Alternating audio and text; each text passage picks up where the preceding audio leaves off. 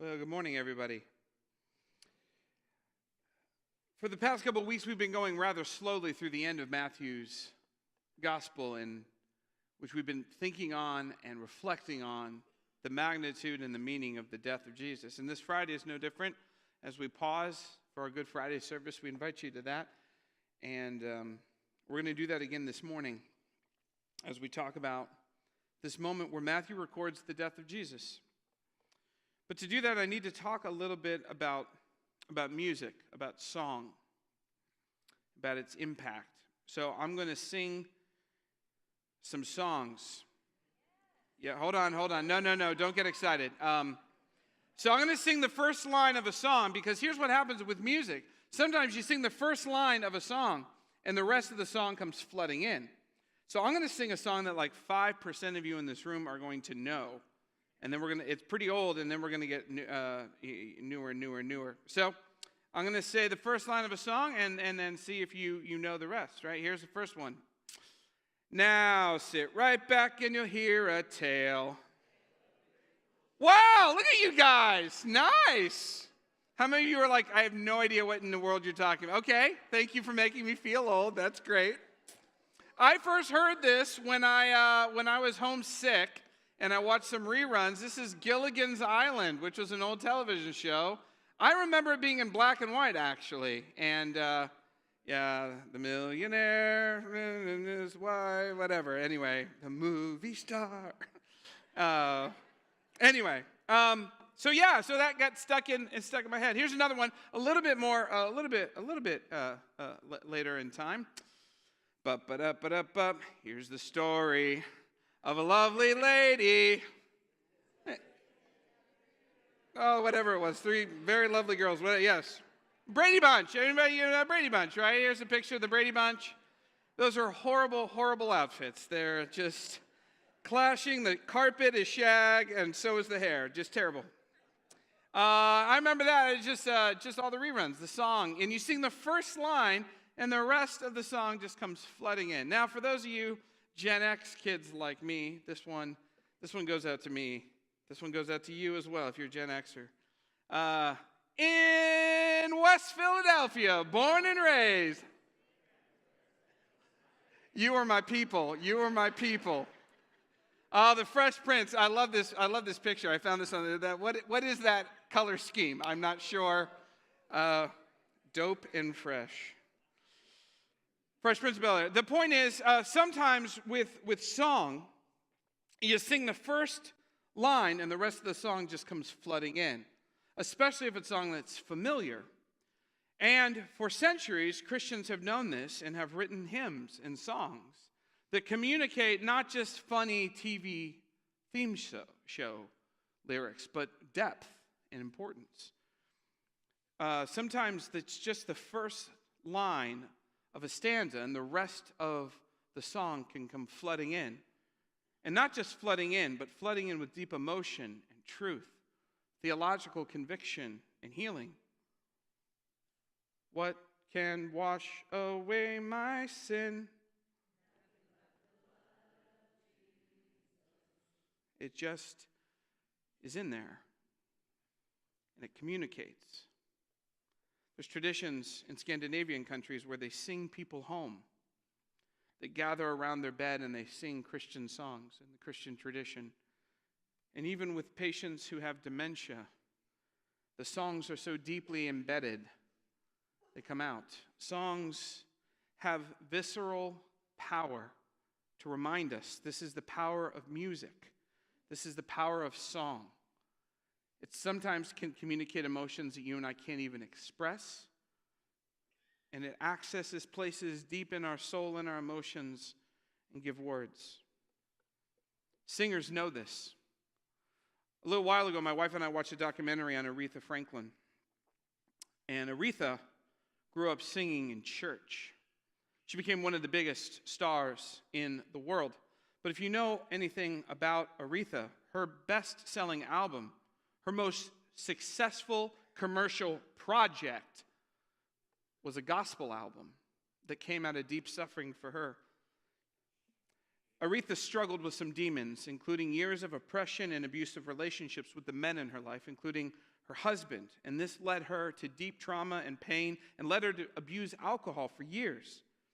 But when life fell apart for her, Aretha knew something because her daddy was a pastor, you see, and she knew how to come home. And she knew if she came home that God would be there, no matter how far she had traveled or how messy her life was, that she could come home. And so she did. And in early 1972, filled with conviction that things had to change, she came home. And she said, I'm going to spend some time and I'm going to record an album. And this album is going to be of songs that I sing in church. Songs about God, about healing, about his power. Because I need to sing them. And I need to sing them to everyone who feels what I felt. Mick Jagger was there. He came to the recording. Mick Jagger. And he says he's never been more affected by music in his life. This is a powerful moment for Mick Jagger. And so she did. In early 1972, she went to New Temple Missionary Baptist Church in Watts, in LA, and she sang. One of the songs she sings in the documentary, one of the songs that was most important to her in her restoration, was a song written by an African-American pastor called Thomas Dorsey after the death of his infant son. Filled with pain, Dorsey wrote a song called Precious Lord, Take My Hand. And in this film, and you can hear the recording now, you can go to Spotify and listen to it, Aretha sings, Precious Lord, take my hand, lead me on, let me stand.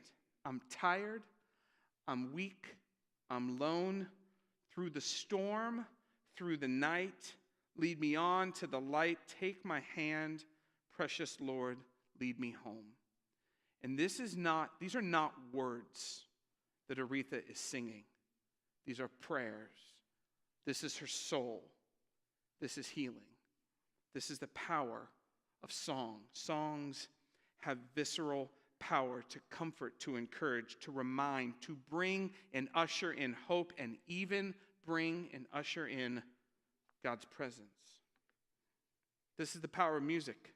You sing the first line of a song, and the rest of it comes flooding in. And I know this. It's not just Aretha, one of the world's great musical talents, who knows this. I know this as well because I am an incredible singer and I have written songs. Yes, that's true. You don't know it, but I have. Not many. The first one I wrote was when I became a new father. I wrote it to this little guy who is not that little anymore, to be honest. He's bigger than I am. And I remember as I was a new father, my son hated going to bed at night. He hated it. And he was a raging extrovert. Have no idea where he got that from. And he didn't want to be alone. So I had to stay in the room with him and put my finger through the slats of the crib so he could hang on to it. And I couldn't actually remove my finger. It was like a death trap he had on my finger. And I couldn't remove my finger until he fell so fully asleep that his body released. And then but he just was there. And he was so nervous every time I left the room he would cry. And I was just going out to get blankets or more wipes. So I wrote a song for him, and I'm going to sing it to you right now. This is the song I wrote. I'm surprised it didn't become a hit. Taylor, if you're listening. Here's my song that I would sing to my son. I'm right here, I'm not going anywhere, and even if you think I am, I'll be right back. There it is. I know, incredible. I know. I'll make an album with my wife. She wrote more songs than I did. She's a gifted songwriter. Anyway, I'm right here. I'm not going anywhere. And even if you think I am, I'll be right back. A song I wanted my son to know as I left the room. You can't see me, but I'm here. And I'm attentive. And I'll be right back. Today I want to talk to you about a time when God wrote a song for his son. We're going to go through the story in Matthew 27. Some of you know this. And again, with Good Friday and Easter, there's hardly anything I'm going to say to some of you that's new. But it's good to remember. It's good to reflect. Matthew 27, let me share with you the story that Matthew records about what is going on in the life of Jesus. Then the governor's soldiers took Jesus into the praetorium, and they gathered the whole company of soldiers around him. They stripped him and put a scarlet robe on him, and then they twisted together a crown of thorns and set it on his head. They put a staff in his right hand. Then they knelt in front of him and mocked him. "Hail, King of the Jews," they said. They spit on him and took the staff and struck him on the head again and again. And after they mocked him, they took off the robe and put his own clothes on him. Then they led him away to crucify him. As they were going out, they met a man from Cyrene named Simon, and they forced him to carry the cross. And they came to a place called Golgotha, which means place of the skull. And there they offered Jesus wine to drink, mixed with gall. But after tasting it, he refused to drink it. When they had crucified him, they divided up his clothes by casting lots. And sitting down, they kept watch over him there.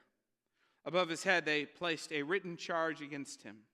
"This is Jesus, the King of the Jews." 2 rebels were crucified with him, one on his right and one on his left. Those who passed by hurled insults at him, shaking their heads and saying, "You who were going to destroy the temple and build it in 3 days, save yourself. Come down from the cross if you're the Son of God." In the same way, the chief priests, the teachers of the law, and the elders mocked him. "He saved others," they said, "but he can't save himself. He's the King of Israel. Let him come down from the cross, and we will believe in him. He trusts in God. Let God rescue him if he wants him, for he said, 'I'm the Son of God.'" And then from noon until 3 in the afternoon, darkness came over all the land. At about 3 in the afternoon, Jesus cried out in a loud voice in Hebrew, "Eloi, Eloi, lema sabachthani," which means, my God, why have you forsaken me?" This line, my God, why have you forsaken me?" is one of the more memorable lines that Jesus said. But instead of us remembering it because of the power of Jesus' teaching or because of the profound insight into God the Father or because of the powerful love that is expressed in it, like many of other Jesus' words and parables, this line is remembered because of the anguish. Is God forsaken? Has he forsaken his Son? Why does Jesus say this? What is he experiencing? And I'm not trying to sugarcoat this. What Jesus is experiencing on the cross, it is clear this is not just physical death. Yes, it is physical death, and yes, it is torture, and yes, it is horrific, horrifying. But something much, much, much bigger is going on, because you and I know this. We, as human beings, are not just physical bodies. We are more than that. We are spirit. God's Spirit breathes into a physical body. We are both living together. And as part of the Trinity, Jesus is experiencing 2 things that he has never experienced. I love what Jay said a number of weeks ago. Jesus is experiencing death for the first time as God. He's God, and he has never experienced death. That's not what God did. God is life, and he's experiencing death. That's one, but there's something else going on that's much bigger. And that is, from the beginning, the Trinity has been. And for the first time in the history of the universe, the Father and the Son are being ripped apart. Jesus' identity, his personhood, is being torn. The deeper and longer the relationship has lasted, the more painful it is when it's ripped away from you. So if you lose your postman, your mail carrier, but your best friend, your parent, your child, the longer the relationship, the deeper the relationship, the deeper the hurt when that relationship is taken from you. And this is a relationship that is endless and bottomless, that has existed since eternity. This is what is going on. Jesus is experiencing, he is feeling this. my God, why have you forsaken me?" This is what he says. But what many people maybe don't know, which I didn't know until fairly recently, is that this is not just Jesus saying something, he's actually quoting a song. He's saying the first line of a song, Psalm 22, written 1,000 years before Jesus was ever born. I'm going to show you in this. This is an exceptional psalm because the psalmist, King David, is writing about a scenario that never happened to him in his life. And as he describes in this song, as he writes the song, I want to juxtapose that to what Matthew is saying is happening in the scenes of Jesus' life. So I'm going to go through Psalm 22 and then show you what Matthew and John and the other gospel writers are saying about what Jesus is going through. Psalm 22, my God, why have you forsaken me? Why are you so far from saving me? So far from my cries of anguish? My God, I cry out by day, but you do not answer. By night, but I find no rest. I am a worm and not a man, scorned by everyone, despised by the people. All who see me mock me. They hurl insults, shaking their heads. He trusts in the Lord, they say. Let the Lord rescue him. Let him deliver him, since he delights in him.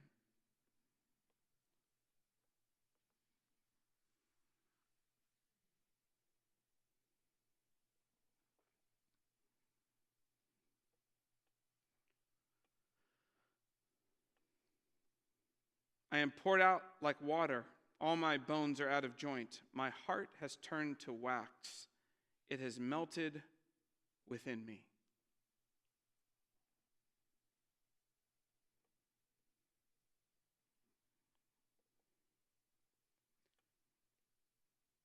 My mouth is dried up like scorched clay, and my tongue sticks to the roof of my mouth. You lay me in the dust of death.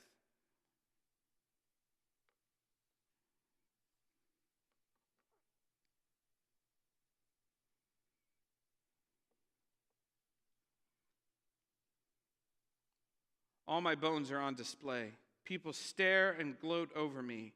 They divide my clothes among them and cast lots for my garment.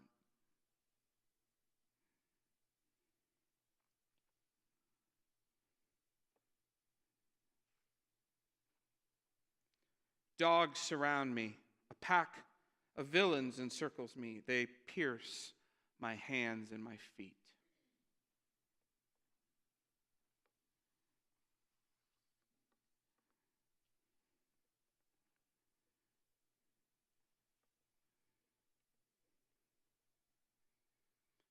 This never happened to David. And this was written 1,000 years before Jesus is born. And do you see the shocking specificity of this particular song written by David? It describes almost to the word the tableau that Jesus is experiencing before him. But Psalm 22 is a psalm of lament. Laments are meant to do two things: access the deep pain and suffering of this world. But that is not where songs of lament stop. Not in the Christian or Jewish mind. Because even though it feels like God is far away, the songs of lament remind us that feeling is not the truth. God is with us. And even though it feels as though we are forsaken, and God is not here, and he has forgotten us, the Psalms of lament remind us that he is not. Every song of lament turns. It does not remain in misery or pessimism or cynicism. It turns with the hope of what God is, who God is, and what he will do. And this psalm is no exception. So let me read the turn of Psalm 22, what it says and what it reminds, what it would have reminded Jesus of. Because the first word of the psalm, the rest of the psalm comes rushing in. Here's the rest. Here's the turn. But you, Lord, Psalm 22:19, you, Lord, do not be far from me. You're my strength. Come quickly to help me. Deliver me from the sword, my precious life from the power of the dogs. Rescue me from the mouth of the lion. Save me from the horns of the wild oxen. For he, God, has not despised or scorned the suffering of the afflicted one. He has not hidden his face from him. He has listened to his cry for help. And all the rich of the earth will feast and worship. All who go down to the dust and kneel before him, those who cannot keep themselves alive. Posterity will serve him, God. Future generations will be told about the Lord. They will proclaim his righteousness, declaring to a people yet unborn that he has done it. Let the rich of the earth feast and worship. Bow before him, all who are mortal, all whose lives end as dust. Our children will also serve him. Future generations will hear about the wonders of the Lord. His righteous acts will be told to those not yet born. He has done it. It's been done. It is finished. This is how the psalm ends. A psalm of glorious exaltation of the goodness of God's acts. So 1,000 years before Jesus lived, the Holy Spirit and King David worked together to write a song from God the Father, to give words to his suffering and then to comfort his Son as he suffered on the cross. I'm right here. I'm not going anywhere. And even if you think I am, I'll be right back. But this is not the end. This is not the end of the story. Matthew continues on. He says, at that moment, the curtain of the temple was torn in two from top to bottom. And again, forgive me, because some of you know this and have known this for a long time, but that phrase, the curtain of the temple was torn in two from top to bottom, seems meaningless if you don't understand what's going on. Remember when I was a youth pastor, there would be students that would come and say, what is this about? Is God mad at his interior decorator? He's tearing up the curtains? What's going on? But if you know the story of the temple and the design of the temple, it was designed specifically as a holy place where God met with his people. This is an image of it. Outside were the courts where the priests would have the offering, and you would bring your offering, and the priest would take care of that. They served more as butchers. Really, it was hard work. And they took the sacrifices. But then there was a curtain dividing that outer area for the people, and the priests and the other people who did God's work would go inside there. And inside this tabernacle, inside the temple, there was this inner court. And this inner court had a number of things. It had candlesticks that held light that were never, ever supposed to go out. God wanted his people to know, my light's never going to go out. And no matter how dark it gets, you can come in here. There's light. There was a table, the table of presence, which every day had to have fresh baked bread in it. God's like saying, my house is going to smell like bread, cooking.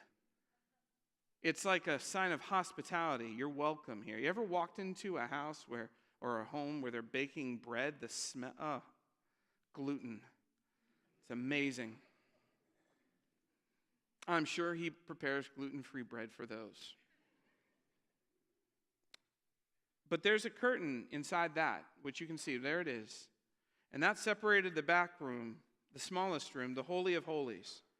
No one was allowed in there, ever, except for one priest, one day a year, the High Day of Atonement, where the priest would go in and make an offering for all the people. He at first had to make an offering of himself. And there was the Ark of the Covenant that sat in there. Now, I learned most about the Ark of the Covenant, most of the things I know about the Ark of the Covenant, from Indiana Jones and the Raiders of the Lost Ark. I know, for example, it can melt the face of Nazis. It is not to be trifled with. But the scriptures say that this is actually where God would sit. This was his throne. God would come down from heaven and sit, and he would meet with one priest one day a year. And you know what God was like, this is not nearly enough interactions with humans. I want to dwell with them. And the priest, he had to do all sorts of sacrifices before he went in. And as he went in, they would tie ropes to his ankles and put bells on his ankles. Because if he stopped moving, and he had something he had not repented, if he didn't go through the ritual purification, if he had not been cleansed of his own sin, then as he got into God's presence, God's radiation of his goodness would kill him and he'd be dead. And you can't go in and get the body because the second you go in, you'd be killed. So they pull him out by ropes and hope that he had done everything that God had commanded. This was the Holy of Holies, and there was a curtain that separated this. You were not allowed past it. This is where God dwelt. And do you see the imagery of what's going on? This curtain, where God was behind it, is now ripped, and it was not ripped by human hands. Because the detail that Matthew puts in, it was ripped from top to bottom. Who tore it? God did. The intersection of God's space and human space, heaven and earth, is now possible. And God's presence, the Spirit of God, now spills out into all of the earth. There isn't just one place where humans can go. God is now flooding out into the world like an avalanche, like a tsunami of his presence. And every square inch of God's earth can now be a place where humans can meet with God, because he is everywhere. There have been glimpses of this possibility throughout the biblical story. It's like God can't help himself. The first one of the first ones, happens in Genesis 28 with Jacob. Do you know the story? He's fleeing to go to Haran, and then he's in the middle of the desert, and he sleeps in the night, and he has this vision, this dream, and he sees this ladder, and the angels are going up and down this ladder, and he realizes, whoa, God's here. Now, this was a dramatically different idea. In the ancient world, God was not everywhere. There were sacred spaces and common places.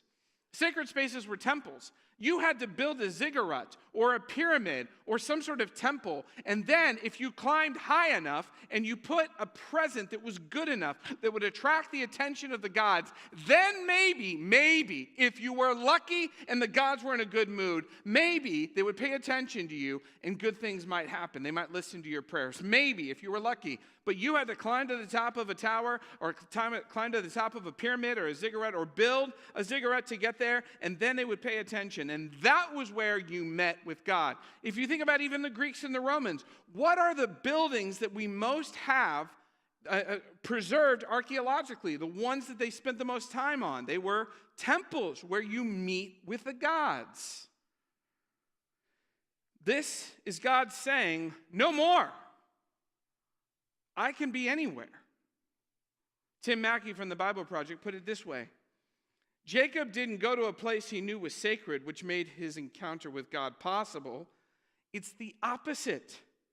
It's Jacob's encounter with God that makes the place sacred in this story. I know that some of you know exactly what I'm talking about. There have been places I have been in that are very common. They are not sacred places, not churches, not temples, but God has shown up, and I've seen him and felt him and experienced him. I've been in hospital rooms, cold, antiseptic hospital rooms, and God has been in those places. Some of you know exactly what I'm talking about. God is everywhere. The author of Hebrews puts it this way, really beautifully. And so, dear brothers and sisters, we can boldly enter heaven's most holy place because of the blood of Jesus. By his death, Jesus opened up a new and life-giving way through the curtain into the most holy place. And since we have a great high priest who rules over God's house, let us go right into the presence of God with sincere hearts, fully trusting him. The lesson is this: the curtain is torn. You and I no longer have to go to sacred places to meet with God. He is here. And that means that any place can be sacred. God can invade anywhere, come to anyone at any time.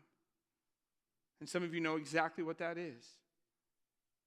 When I was a senior in college, God came to a little apartment in New York City where I was an intern, and he met me in 523 West 13th Street on the 3rd floor.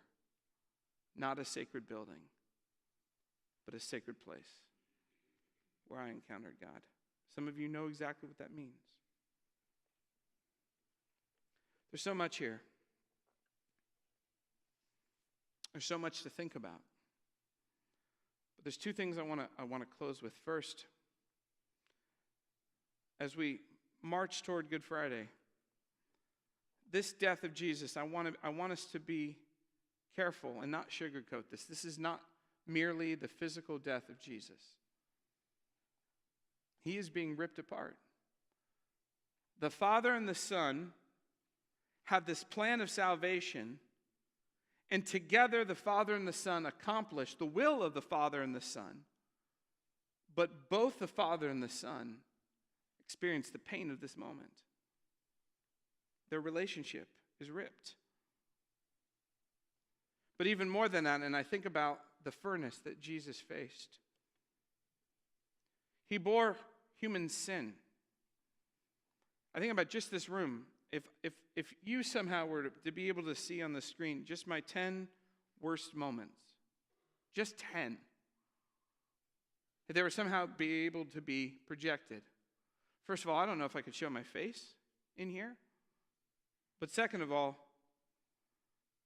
just the power of that. And Jesus is like, I'm taking that and erasing that, cleansing that. And that's just me. Now think about everyone in this room. If they somehow were able to, just for the people in this room, your 10 worst moments. And Jesus is like, they're cleansed. They're forgiven. As far as the east is from the west. This room, think how hot that fire would be for just this room. Now, San Jose, Santa Clara County with all 2 million people. Now, California, the United States, every nation, all of humanity since time. That is a hot fire. And Jesus drank that. But more than that, I want to close with Matthew's imagery. Because as Jesus is doing this, it's not just for Jesus to do this. It's what it accomplishes. Why would Jesus do that? It's for what it accomplishes. He is buying us. He's buying us. Dying for us. And now God can go anywhere. The early Christians were made fun of. They said, where's your temple, Christians? And the Christians were like, listen, I know this sounds crazy, but I am. He lives in me. God is with me. I don't have to go to a temple. He's with me right now. That was insane to the ancient world. I want to close with this. A number of years ago, my mother-in-law hiked Mount Everest. Not all the way to the top. They have like 5 base camps. She went to like 4. Still insane. It's so high. It's like 30,000 feet. I go to Tahoe and I'm like, I can't walk up those stairs. I just can't. I get altitude. Anybody here get altitude sickness? I'm not good. Yeah, I'm not good with it. It's like a thing. I'm a seafaring people, I think, in my genetics. I don't know. People are like, that's not how genetics works. You don't know. She's really good with it, and she hiked all the way to the 4th base camp, and it's so high up there, and she came back with some pictures and shared some stories, and it was utterly fascinating. I don't know if you know this, but Mount Everest is a sacred place. It's a holy place for the Tibetan and the Nepali people. In Tibet, the name of Mount Everest, you can see it there, they put these prayer flags up as prayer offerings to Mount Everest. Its Tibetan name is Chomolungma, which means Mother Goddess of the World. Not to be confused with Chumbawamba, which is the goddess of getting knocked down and getting back up again. That's such a crap joke, and I'm so sorry about it. 5 of you got it, and I'm sorry about it. The Nepali name for Everest is Sagarmatha, which means goddess of the sky. And so this is worshipped. They put up prayer flags. But it's not just prayer flags. There's Tibetan temples up near Everest, and they have these things called prayer wheels. I have a picture of them. And what they do is they spin. And the idea is that if you spin it hard enough and enough time, if you spend enough time reciting your prayers or offering this, perhaps, if you spin it enough, perhaps you can get the attention of the gods, and perhaps they will pay attention, and perhaps something important that you need done, perhaps they will listen. Probably not, but if you put in the effort and you spin these, and people sometimes spend hours doing this in hopes that maybe God would hear, that maybe God would intervene. That maybe if through their effort, if they did this enough, that maybe God would see how desperate their situation is and he might respond. And I saw this picture of this little child going and trying to spin these prayer wheels. And I thought about him, and I thought about maybe he has something desperately important, and he thinks, maybe if I just spin it enough, maybe if I do enough of these rotations, maybe if I'm here long enough, maybe if I spend all day doing this, maybe God will hear. Maybe he'll move in my life. Maybe he'll do that thing I need done. Maybe someone he loves is sick or needs healing or he needs provision in some way. And I'm telling you, the cross of Jesus Christ destroys this errant theology that we have to work really hard and build a pyramid and climb up to the heavens, and maybe, just maybe, if we leave an offering that's good enough, maybe someday God might pay attention to us. The cross of Jesus destroys that theology. God doesn't require us to go to him. He comes to us, and then he dies for us that we might have access to him every time, every place, every square inch of God's good world, every person on this planet. God is saying, I am here. This is so profound because you and I both know people that we love who are spinning those wheels, hoping that maybe if they do enough that God could pay attention. And Jesus, the cross of Jesus, is saying, you don't have to do that any longer. This Easter, I want us to think about the people in our life who are spinning those wheels. I think about that little boy, how desperate he might have been. Maybe God will hear me. Maybe he'll respond if I spin this wheel enough. And we get to say to folks, come hear about a God who's so different. Come hear about a God who leaves heaven to come to earth and then willingly dies on a cruel cross, and how everywhere he can now be. Right here with you, right now. You can stop your spinning, your effort, your fear. God is here. This Easter, I want us to think about those people. I pray that God would bring them to our mind and hearts. I pray that we would have the bravery and the courage to make the invitation to come to church on Easter to hear. I also pray that God's Spirit, because sometimes I know some of you in the room, and I know I'm this way, I'm afraid if I don't have the right words, I'll say it wrong and I'll drive them away and it'll all be my fault. No, God's Spirit's big enough to cover my stupidity, right? You know that. You've been with me for so long. You know that God's Spirit is big enough to cover. If he's big enough to cover my stupidity, he's certainly big enough to cover yours. We don't have to be afraid.